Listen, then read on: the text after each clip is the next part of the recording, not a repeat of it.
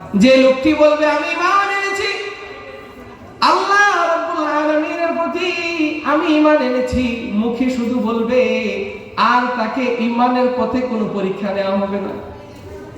লোকেরা কি এই ধারণা করে যে সে শুধু মুখে বলবে আমি ঈমান এনেছি, আর ঈমানের পথে তাকে কোনো রূপ পরীক্ষা করা হবে না? না না, বরং আল্লাহ রাব্বুল আলামিন অন্য আয়াতে কারিমায় ইরশাদ করেছেন, وَلَنُذِيقَنَّهُم مِّنَ الْعَذَابِ الْأَدْنَى دُونَ الْعَذَابِ الْأَكْبَرِ لَعَلَّهُمْ يَرْجِعُونَ وَلَنَبْلُوَنَّكُم بِشَيْءٍ مِّنَ الْخَوْفِ وَالْجُوعِ। আল্লাহ রাব্বুল আলামিন এই আয়াতে কারিমার মধ্যে সূরাতুল বাকারা আয়াত নম্বর 155, এই আয়াতে কারিমার মধ্যে আল্লাহ রাব্বুল আলামিন ইরশাদ করেছেন, অবশ্যই অবশ্যই আমি মানব জাতিকে ঈমানের পথে কঠিন থেকে কঠিন পরীক্ষার মুখোমুখি করব, কঠিন থেকে কঠিন পরীক্ষার মুখোমুখি করব, তাদেরকে ঈমানের পথে আমি পরীক্ষার মুখোমুখি করব।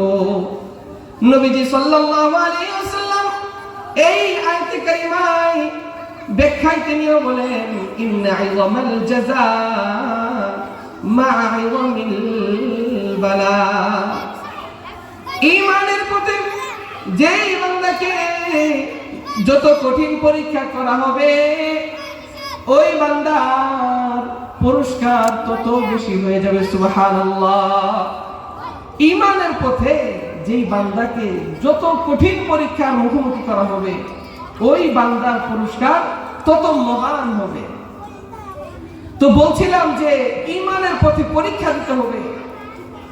আজকে আমরা ঈমান খুব সহজে পেয়ে গেছি, জন্মসূত্রে আমরা মুসলিম হয়েছি, কিন্তু সেই 1450 বছর আগের কথা আমরা একটু কল্পনা করি, যখন গোটা সমাজ ইসলামের বিপক্ষে নবীজি সাল্লাল্লাহু আলাইহি ওয়াসাল্লাম ঈমানের দাওয়াত দিচ্ছেন। এখন আমরা প্রকাশ্যে কোরআন কারীম পাঠ করি, কেরামদেরকে আল্লাহর হাবিব সাল্লাল্লাহু আলাইহি ওয়াসাল্লাম দাওয়াত দিচ্ছেন। সেই সময় নবীজি সাল্লাল্লাহু আলাইহি ওয়াসাল্লাম ঈমানের পথে যে কঠিন পরীক্ষা দিয়েছেন, সেই কঠিন পরীক্ষা অনেক বেশি কঠিন ছিল। ঈমানের পথে নবীজি সাল্লাল্লাহু আলাইহি ওয়াসাল্লাম অনেক কঠিন পরীক্ষা দিয়েছেন। মক্কাবাসীদের জুলুম নির্যাতনের মুখে যখন দেখতে পারলেন না, এর পরে তিনি ভেবেছিলেন এই তায়েফবাসী আমার বড় আপন। তায়েফবাসী ভেবেছিলেন আমার বড় আপন, কারণ আমার শৈশব এই তায়েফের জমিনে কেটেছে। কিন্তু যখন নবীজি সাল্লাল্লাহু আলাইহি ওয়াসাল্লাম ঈমানের দাওয়াত দিলেন, এই কোরআনুল কারীমের দাওয়াত দিলেন, গোটা তায়েফবাসী নবীজির বিরুদ্ধে লেগে গেল।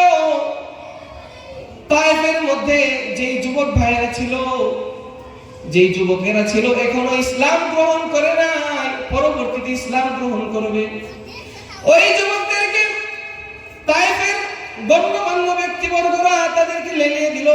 নবীজি সাল্লাল্লাহু আলাইহি ওয়াসাল্লামকে তারা রক্তাক্ত করে ফেলল। নবীজি সাল্লাল্লাহু আলাইহি ওয়াসাল্লামের গায়ে পাথর নিক্ষেপ করে যেই দেহ মোবারকের উপর আল্লাহ রাব্বুল আলামিন মশা এবং মাছি বসা হারাম করে দিয়েছেন, সেই দেহ মোবারকের উপর এই কোরআনুল কারীমের জন্য, ইসলামের জন্য পাথর নিক্ষিপ্ত হচ্ছে। নবীজি সাল্লাল্লাহু আলাইহি ওয়াসাল্লামের দেহ মোবারক থেকে রক্ত ঝরে পড়ছে।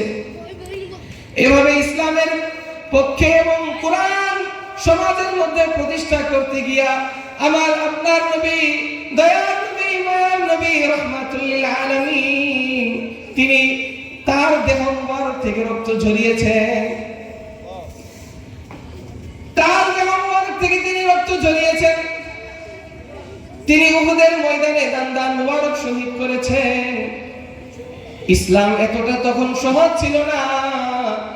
নবীজি সাল্লাল্লাহু আলাইহি ওয়াসাল্লাম একবার কাবা চত্বরে বসে আছেন, সাহাবী চলে আসলো নবীজির দরবারে, এসে বলে, ইয়া রাসূলুল্লাহ আলা তাস্তানসিরু লানা, আলা তাদউল্লাহ লানা ইয়া রাসূলুল্লাহ ইয়া হাবিবাল্লাহ, ওগো দয়ার নবী, আমরা ইসলামের জন্য এই যে এত কষ্ট ত্যাগ স্বীকার করছি, এত জুলুম নির্যাতনের শিকার হচ্ছি, আপনি যদি আল্লাহ রাব্বুল আলামিনের দরবারে দোয়া করেন, আল্লাহ রাব্বুল আলামিন তাহলে তো ইসলামকে বিজয়ী করে দেয়, তাহলে তো আমাদের জীবনটা সুন্দর হয়।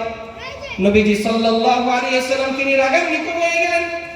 রাগান্বিত হয়ে বলেন, ও আমার সাহাবীরা শুনো, তোমরা যেই জুলুম নির্যাতন সহ্য করছো, ইসলামের জন্য এই জুলুম নির্যাতন তো কিছুই না, বরং তোমাদের পূর্ববর্তী উম্মত যারা ইসলাম গ্রহণ করেছিল, তারা ইসলামের জন্য যেই জুলুম নির্যাতন করেছে, সেগুলো শুনলে তোমাদের গায়ের লোম কাটা দিয়ে উঠবে।